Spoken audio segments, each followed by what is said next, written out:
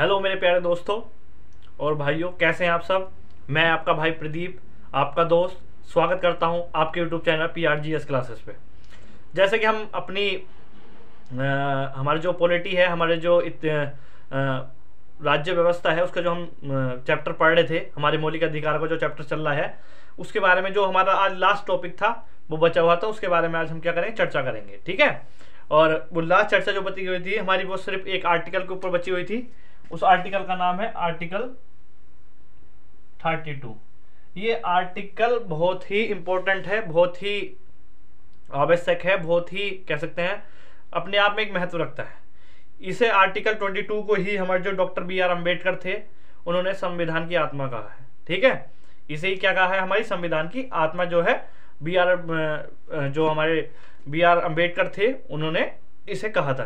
क्योंकि इसमें ऐसा बहुत सारी चीजें हैं जिन्हें आज हम पढ़ेंगे, समझेंगे। तो पहले समझते हैं कि BR अम्बेडकर ने इसे आत्मा क्यों कहा था। क्योंकि यही ऐसा पार्ट है हमारे संविधान का जो कि हमारे जो मौलिक अधिकार हैं, हमारे फंडामेंटल राइट्स हैं, उनको संरक्षण प्रदान करता है। इसी के माध्यम से ही हम क्या कर सकते हैं, सुप्रीम कोर्ट जा सकते हैं, और हमारे अगर किसी वजह से हमारे मौलिक अधिकारों का हनन होता है, हमारे फंडामेंटल राइट्स का हनन होता है, तो उसको सुरक्षित कराने के लिए हम उच्चतम न्यायालय जा सकते हैं। तो ये अधिकार हमारा किस में दिया गया है, हमारा आर्टिकल 22 में दिया गया है। ठीक है। और इस आर्टिकल में कुछ हमारी रिटें दी गई हैं। रिट मतलब कुछ आदेश दिए गए हैं, कुछ प्रावधान किए गए हैं, जिनके माध्यम से हम अलग अलग तरह की व्यवस्था, या कह सकते हैं अलग अलग तरह के हमारे मौलिक अधिकारों के हनन पे हम अलग अलग रिट जारी करवा सकते हैं। ठीक है। तो आज हम उन्हीं रिट के बारे में सारी चर्चा करेंगे। तो बेसिकली जो हम चर्चा करते हैं, तो हमारी जो आर्टिकल 1, हमारा जो आर्टिकल 32 है, इसमें 5 प्रकार की रिट के बारे में बताया गया है। 5 रिट जो है हमारी दी गई है, जो है हमारी संविधान में दी गई है। ठीक है। और वे रिटें कौन सी हैं, पहले मैं लिख देता हूं, उसके बाद आपको एक एक करके मैं उसे एक्सप्लेन करूंगा। ठीक है। और ये रिटें बहुत इंपॉर्टेंट है, कई बार कई एग्जामों में इन रिटों के बारे में पूछा जा चुका है और पूछा जाता है। ये रिटें काफी इंपॉर्टेंट है। ठीक है। तो इन रिटों को मैं आपको बढ़िया से बढ़िया समझाऊंगा, और आप वीडियो को पूरा देखना, और ये रिटें आपको बढ़िया से समझ में आ जाएंगी। ठीक है।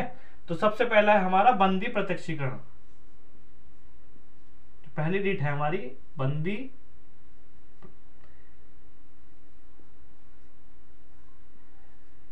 प्रत्यक्षीकरण। ठीक है। पहली रिट हमारी ये है। ठीक है। दूसरी रिट है हमारी परमादेश। आप इन रिटों को लिख लेना, फिर मैं इन्हें एक एक करके एक्सप्लेन कर दूंगा। तीसरी है हमारी जो रिट है अधिकार प्रेक्षण।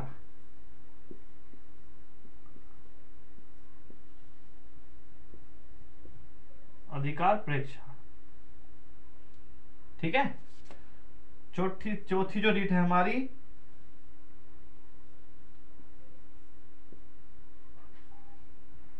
उत्प्रेक्षण।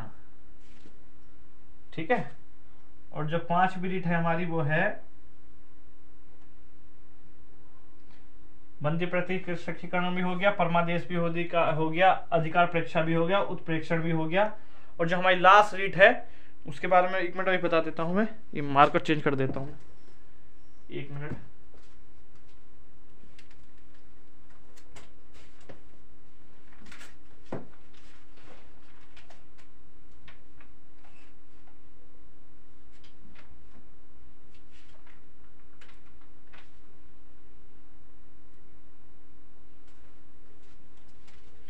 मार्कर में इंक खत्म हो गई थी, तो इंक डाली है।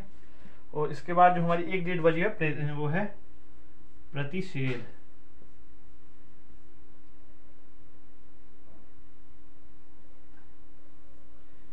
प्रतिषेध ही है ना, 1 मिनट चेक कर लेता हूं। प्रतिषेध ही है, पर क्या है, दय की जगह ध है। ठीक है। और भाइयों मिस्टेक हो जाए करे तो एडवांस में सॉरी। ठीक है। तो हमारे आर्टिकल 32 में जो है 5 प्रकार की रिटों के बारे में हमारी दिया गया है। ठीक है। उसमें जो पहली रिट है बंदी प्रत्यक्षीकरण, ठीक, दूसरी है परमादेश, तीसरी है अधिकार प्रेक्षा, चौथी उत्प्रेक्षण, और 5वीं है प्रतिषेध। ये 5 प्रकार की रिटें जो हमारे संविधान में दी गई है, ठीक है। इनको आपको बढ़िया करके याद कर लेना है। कई बार पूछ लिया जाता है कि कौन कौन सी रिटें हमारे संविधान में दी गई हैं, कितने प्रकार की दी गई हैं और कौन कौन सी के नाम भी कई बार कई एग्जामों में पूछ लिए जाते हैं, ठीक है। अब मैं आपको इनको एक एक करके एक्सप्लेन कर देता हूँ। बंदी प्रत्यक्षीकरण में क्या है, आप किसी को लिखना होगा तो वो लिख भी सकता है, मैं धीरे धीरे बोल लूंगा इसको, ठीक है।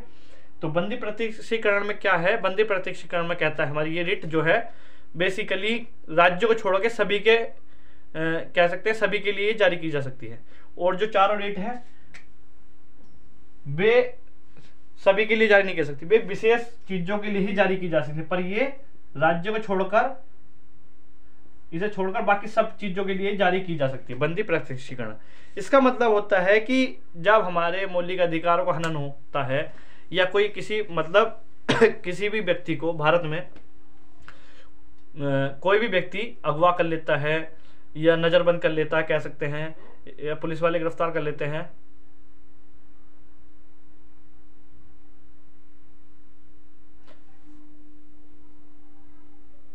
तो क्या होता है, तो उस चीज को तो इस रिट के माध्यम से क्या सुप्रीम कोर्ट हमारा कहता है कि आप उस व्यक्ति को हमारे सामने प्रस्तुत करें, ठीक है। इस रिट में ये बताया गया। इसमें जो है बंदी प्रत्यक्षीकरण में क्या कहा गया है कि अगर किसी व्यक्ति को किडनैप कर लिया जाता है या पुलिस को हिरासत में ले लिया जाता है तो सुप्रीम कोर्ट ये रिट, हम कोई भी व्यक्ति किसी भी सुप्रीम कोर्ट में जा सकता है और सुप्रीम कोर्ट रिट जारी करेगी कि उस व्यक्ति को हमारे सामने प्रस्तुत करो, ठीक है, बंदी को हमारे सामने लेके आओ।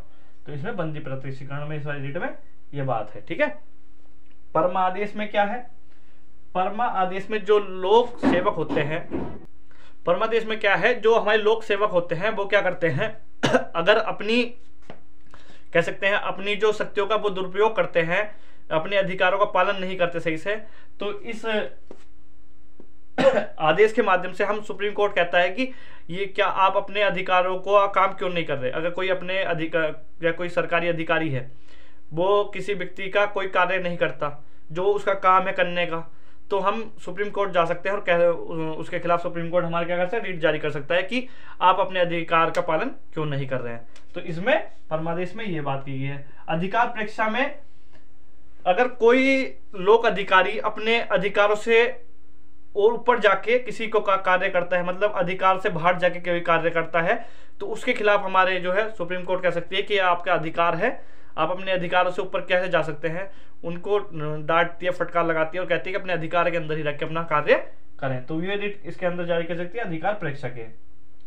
ये दोनों जो रिट है ये सिर्फ हमारी जो सुप्रीम कोर्ट है वो जो नीच न्यायालय है, कह सकते हैं उच्च न्यायालय है या निम्न न्यायालय है, जो जिला न्यायालय होगा, आपने सुना होगा, तहसील न्यायालय जो होते हैं, जिला न्यायालय, उनके खिलाफ जारी कर सकती है।